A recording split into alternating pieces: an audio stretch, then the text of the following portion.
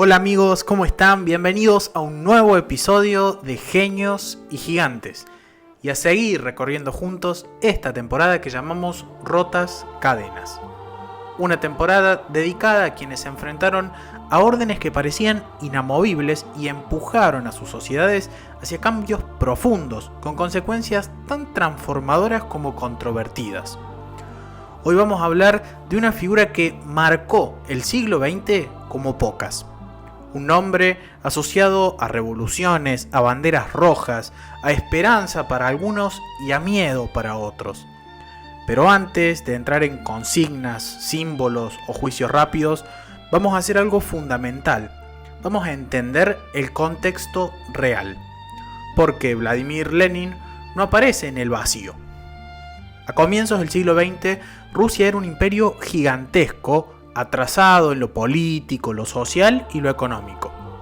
Estaba gobernada por un zar con poder casi absoluto, sostenida por una nobleza terrateniente y atravesada por una desigualdad extrema. Millones de campesinos vivían en la pobreza, los obreros industriales trabajaban en condiciones durísimas y cualquier otro intento de reforma era reprimido con violencia. A ese escenario se le suma un elemento decisivo: la guerra. La Primera Guerra Mundial empuja a Rusia al borde del colapso. Hambre, derrotas militares, desorganización estatal y un desgaste social que vuelve insostenible el régimen. Cuando todo eso se combina, las estructuras empiezan a crujir. Y ahí es donde aparece Lenin. No como un caudillo improvisado, ni como un profeta mesiánico, sino como un revolucionario profesional, formado en la teoría, endurecido por el exilio y convencido de que el sistema no podía reformarse sino ser derribado. Lenin no prometía soluciones mágicas, prometía poder. Poder para los soviets, poder para los obreros y los campesinos. Y poder para un partido que se consideraba a sí mismo la vanguardia de la historia. Este episodio no va a idealizar ni demonizar. Vamos a reconstruir con cuidado quién fue Lenin, qué quiso hacer, qué logró, qué consecuencias tuvieron sus decisiones. Vamos a separar los hechos de los mitos, la revolución real de la caricatura y el hombre de la figura que luego fue convertida en símbolo. Porque para entender la revolución rusa no alcanza con repetir consignas. Hay que mirar de frente a una realidad compleja, violenta y profundamente humana. Y ahí es donde empezamos. Un niñito llamado Vladimir Ilich Ulyanov nació en 1870 en Simbirsk, una ciudad de provincia a orillas del río Volga. Su familia pertenecía a una clase media ilustrada. Su padre era funcionario del sistema educativo imperial y su madre provenía de un entorno culto, con acceso a libros y con formación. No creció en la miseria extrema, como luego denunciaría, pero sí en un país atravesado por desigualdades profundas y un poder político muy rígido. La infancia de Vladimir fue en términos generales muy estable. Era un estudiante brillante, disciplinado y metódico. Nada hacía prever en esos primeros años que se convertiría en un revolucionario profesional. Pero el quiebre llega en 1887, cuando su hermano mayor, Alexander, es arrestado y ejecutado por participar de un complot para asesinar al zar Alejandro III. Ese hecho es decisivo, no solo por el golpe emocional, sino por lo que revela del régimen. Ese Estado no negocia, no reforma, castiga. Lenin no reacciona con romanticismo ni con impulsos espontáneos, reacciona estudiando. Se sumerge en el derecho, en la economía política y especialmente en el marxismo, buscando entender por qué el sistema produce violencia y cómo puede ser derrotado. Expulsado de la universidad por su actividad política, continúa su formación de manera autodidacta. Lee a Marx y Engels con una rigurosidad poco común. A diferencia de otros revolucionarios de su tiempo, Lenin no se limita a la denuncia moral. Construye un método. Empieza a pensar la revolución no como un estallido inevitable, sino como una operación, que requiere organización, disciplina y dirección. En esos años se perfila una de sus ideas centrales. La clase obrera por sí sola no va a alcanzar la conciencia necesaria para derrocar el sistema. Necesita una vanguardia, un partido pequeño, cohesionado, profesionalizado, capaz de actuar incluso en condiciones de clandestinidad. Esta concepción lo va a diferenciar del socialismo más amplio y reformista que domina parte del movimiento europeo. Hacia mediados de la década de 1890, a sus veintitantos, Lenin ya no es solo un lector en teoría, es un militante activo, vigilado por la policía zarista y convencido de que el cambio pacífico es una ilusión. Rusia para él no se transforma desde dentro, se quiebra desde fuera. Y a partir de finales de esa misma década, la vida de Lenin entra en una dinámica que ya no va a abandonar. La clandestinidad, el exilio, la militancia a tiempo completo. Arrestado y deportado a Siberia, cumple allí un periodo de confinamiento relativamente flexible, que aprovecha para escribir, estudiar y consolidar su pensamiento. Lejos de quebrarlo, el destierro refuerza su convicción de que la revolución exige paciencia, método y organización. Tras salir de Rusia, se instala en distintos puntos de Europa, Alemania, Suiza, Francia, y se integra al movimiento socialista internacional. Es en esos años cuando empieza a chocar con otros líderes marxistas. El desacuerdo no es por una cuestión menor. Lenin considera que muchos socialistas europeos confían demasiado en la vía parlamentaria y subestiman la capacidad represiva del Estado. Para él, en Rusia, esa misma estrategia es inviable. De ese diagnóstico surge su propuesta más polémica: un partido de cuadros, reducido, disciplinado y profesionalizado.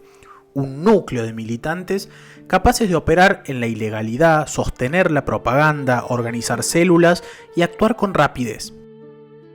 Esta idea cristaliza en textos fundamentales, donde Lenin plantea que la espontaneidad obrera debe ser guiada por una dirección consciente.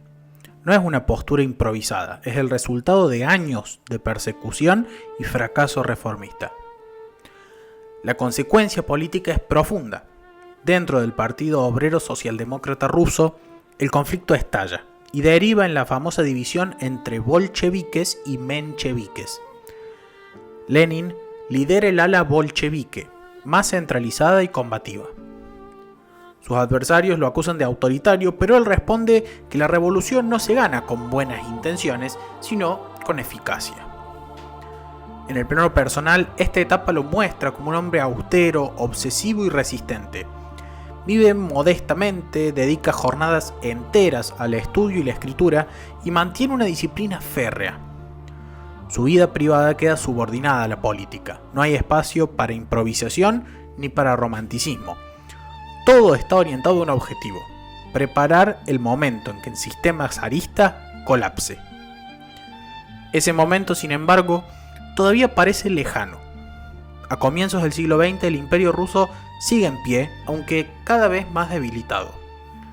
Lenin observa, analiza y espera. Sabe que una revolución no se decreta, se aprovecha cuando las condiciones maduran. Y ese escenario empezó a propiciarse con el estallido de la Gran Guerra, lo que hoy conoceríamos como Primera Guerra Mundial, a mediados de la década del 10. Para el imperio ruso el conflicto resulta devastador. Derrotas militares, desabastecimiento, inflación y millones de campesinos convertidos en soldados mal equipados. El Estado zarista muestra su fragilidad de forma brutal. La autoridad se erosiona desde arriba y desde abajo al mismo tiempo.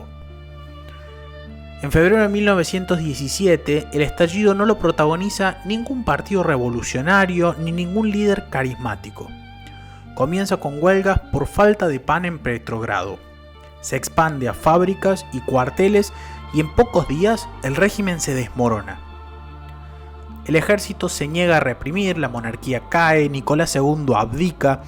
El zarismo termina sin una gran batalla final, vencido por su propio agotamiento. Lenin no está en Rusia cuando esto ocurre. se encuentra en el exilio, observando con sorpresa y con cautela. La llamada Revolución de Febrero no responde a su plan, no es socialista en el sentido estricto, es una revolución amplia, heterogénea, que da lugar a un gobierno previsional dominado por liberales y socialistas moderados, mientras en paralelo emergen los soviets, consejos de obreros y soldados con poder real en las calles. Ese escenario de doble poder es clave. El gobierno provisional promete elecciones, reformas y la continuidad en la guerra. Los soviets expresan demandas inmediatas: paz, pan y tierra. Para Lenin, la situación es clara. La revolución se ha quedado a mitad de camino. Ha caído el zar, pero el poder sigue sin estar en manos de quienes producen y envían a sus hijos a morir en combate. Su lectura es fría y estratégica. No celebra sin más, tampoco se suma a la ilusión reformista. Entiende que la ventana histórica se ha abierto, pero que puede cerrarse rápido si no hay una dirección capaz de empujar el proceso más allá de la caída del antiguo régimen. A partir de ese diagnóstico, Lenin toma una decisión crucial: regresar a Rusia. No para acompañar al gobierno provisional, sino para disputar el rumbo de la nueva Rusia. Lo que viene no es un consenso amplio, sino una confrontación política abierta y brutal sobre quién debe gobernar y en nombre de quién. Estamos en abril del 17, cuando Lenin vuelve a su tierra tras años de exilio. El viaje, facilitado por Alemania, que buscaba desestabilizar a su enemigo en guerra, fue luego usado para acusarlo de traición. Pero, más allá de la polémica, lo decisivo no es el trayecto, sino lo que trae consigo: una lectura radical del momento histórico. Apenas llega a Petrogrado, Lenin presenta un breve texto que sacude al movimiento socialista: las tesis de abril. En ellas rechaza cualquier apoyo al gobierno provisional, exige la salida inmediata de la guerra, propone la nacionalización de la tierra y sobre todo plantea una consigna que se volverá central: todo el poder a los soviets. La propuesta es disruptiva incluso dentro de su propio partido. Muchos bolcheviques consideran que Lenin va demasiado lejos y demasiado rápido. Temen aislarse del resto de las fuerzas revolucionarias. Pero Lenin insiste: la Revolución de Febrero no debe consolidarse como una transición liberal. Debe avanzar hacia una transformación socialista del poder. Su argumento es estratégico y concreto. El gobierno provisional carece de legitimidad popular real y no puede resolver los problemas urgentes: la guerra, el hambre y la tierra. Los soviets, en cambio, concentran poder efectivo en fábricas y cuarteles. Para Lenin, la clave no es esperar elecciones futuras, sino desplazar el centro de gravedad del poder. En su ámbito personal, esta etapa muestra un Lenin activo, polémico y decidido. No busca consensos amplios, busca claridad. Está dispuesto a quedar en minoría si eso preserva la coherencia del objetivo. Poco a poco, su lectura empieza a ganar terreno a medida que el gobierno provisional fracasa en sus promesas y la guerra continúa drenando recursos y vidas. Las tesis de abril no llaman explícitamente a una insurrección inmediata, pero preparan el terreno. Reordenan el discurso, alinean el partido y fijan un horizonte claro: tomar el poder cuando las condiciones lo permitan. Ese momento llegará unos meses después, y cuando llegue la revolución ya no será un estallido espontáneo, sino una operación política muy bien planificada. Vamos a avanzar un par de meses nada más. Estamos en el mismo año todavía, pero en el mes de octubre. La situación en Rusia es crítica. El gobierno provisional ha perdido apoyo popular, no resolvió la guerra, no avanzó en la reforma agraria y no logró estabilizar la economía. En paralelo, los soviets, especialmente en Petrogrado y Moscú, ganan peso político y militar. La consigna de todo el poder a los soviets ya no es marginal, expresa una realidad de hecho. Lenin considera que el momento ha llegado. Insiste en que retrasar la acción sería permitir que la contrarrevolución se organice o que el gobierno provisional recupere la iniciativa. La decisión no es unánime, pero finalmente el partido bolchevique acuerda avanzar. Lo que sigue no es una insurrección popular masiva ni un estallido caótico. La famosa Revolución de Octubre es, en términos estrictos, una toma del poder organizada, con objetivos precisos y un uso limitado de la fuerza. Los bolcheviques ocupan puntos estratégicos en Petrogrado, puentes, estaciones, edificios clave y neutralizan el gobierno provisional casi sin resistencia armada significativa. El episodio más famoso es el asalto al Palacio de Invierno. Fue menos épico de lo que luego mostraría la propaganda. No hubo una gran batalla final. Hubo mucha desorganización, deserciones y un Estado que ya no tenía capacidad real de defensa. El poder simplemente cambió de manos. Lenin emerge como jefe de un nuevo gobierno revolucionario. Sus primeras medidas apuntan a consolidar ese control. Decretos sobre la paz, la tierra y el poder soviético. La prioridad es clara: salir de la guerra, redistribuir la tierra y asegurar que la autoridad no vuelva a dispersarse. Es importante subrayarlo. Octubre de 1917 no cierra el proceso revolucionario, lo abre. La toma del poder es solo el inicio de una etapa mucho más dura. Gobernar un país devastado, en guerra y profundamente dividido, ese va a ser el verdadero desafío. La toma del poder no trae estabilidad, trae más guerra. Entre 1918 y 1921, Rusia se sumerge en una guerra civil brutal que enfrenta al nuevo gobierno bolchevique, apodados los Rojos, con un mosaico de fuerzas contrarrevolucionarias llamadas los Blancos, apoyadas en distintos momentos por potencias extranjeras. El país está devastado, la economía colapsa, el transporte se paraliza y el hambre se extiende. Lenin gobierna en condiciones extremas. La prioridad ya no es expandir la revolución, sino conservar el poder y evitar la derrota militar.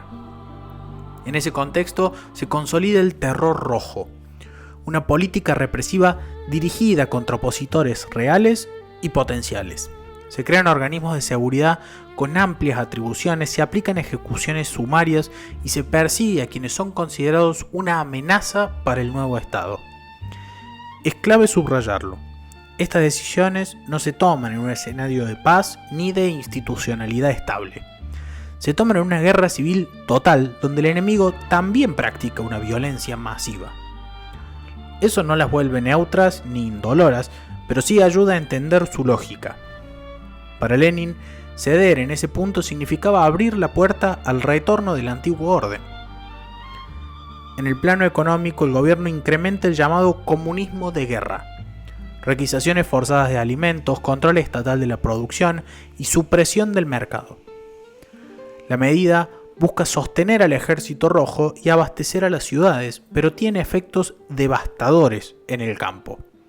La producción cae, el descontento crece y estallan rebeliones campesinas y obreras, incluso entre antiguos aliados. Uno de los momentos más simbólicos de ese desgaste es la rebelión de Kronstadt en 1921, protagonizada por marinos que habían sido un pilar de la revolución. La represión de ese levantamiento muestra hasta qué punto el gobierno está dispuesto a llegar para mantener el control. Frente a ese panorama, Lenin demuestra una capacidad de repliegue táctico.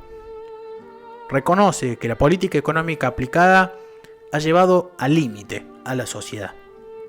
En 1921 impulsa la nueva política económica, que reintroduce elementos de mercado y alivio para el campesinado.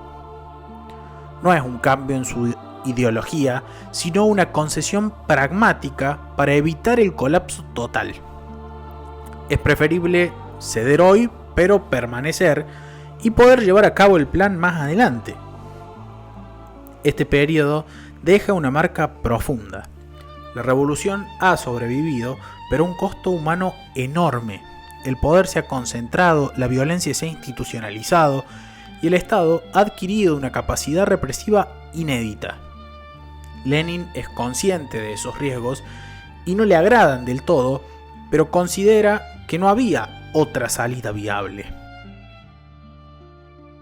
A partir de 1922, la salud de Lenin comienza a deteriorarse de forma acelerada. Sufre una serie de accidentes cerebrovasculares que lo dejan con secuelas físicas y limitan progresivamente su capacidad para intervenir en la vida política. El hombre que había dirigido una revolución, una guerra civil y un Estado en construcción queda poco a poco apartado de la toma de decisiones cotidianas. Este retiro forzado no es indiferente. En sus últimos escritos y notas, muchas de ellas dictadas, Lenin expresa preocupaciones claras sobre el rumbo del poder soviético. Advierte sobre la burocratización del partido, el exceso de centralización y en particular sobre el crecimiento de figuras que concentran el poder sin contrapesos efectivos. Entre esas advertencias aparece su desconfianza hacia quien ya empieza a ocupar un lugar clave en la estructura y alguien que ya conocimos, si hacen memoria, ya en la temporada 2, Joseph Stalin, allá por el capítulo 14, que si no la escuchaste aún empalma perfectamente a continuación de esta. Lenin muere en enero de 1924 con solo 53 años. Su fallecimiento deja un vacío enorme. No solo desaparece el líder revolucionario, sino también el principal árbitro político del sistema que él mismo ayudó a crear. A partir de ese momento, el control del Estado y del partido entra en una disputa interna en la que Lenin ya no puede influir ni frenar. Su legado es complejo y profundamente ambivalente. Lenin fue, sin duda, el arquitecto principal del primer Estado socialista de la historia. Transformó una crisis imperial en una revolución victoriosa, combinando teoría, estrategia y decisión política. No fue ni un improvisado ni un mero agitador, fue un dirigente con una comprensión aguda del poder y de sus mecanismos. Al mismo tiempo, muchas de las estructuras que se consolidaron bajo su liderazgo, el partido único, la centralización extrema, el uso sistemático de la violencia estatal, abren el camino a formas de autoritarismo que él mismo llegó a temer, pero que ya no pudo controlar. Separar a Lenin de lo que vino después no es sencillo, pero tampoco es honesto fundirlo todo en una sola caricatura. Lenin no fue el estereotipo del dictador absoluto ni un santo revolucionario. Fue un político convencido de que la historia no avanza sin conflicto y dispuesto a pagar costos humanos enormes para imponer un proyecto que creía necesario.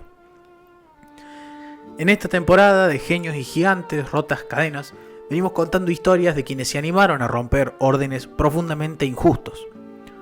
La de Lenin nos enfrenta a una pregunta central del siglo XX.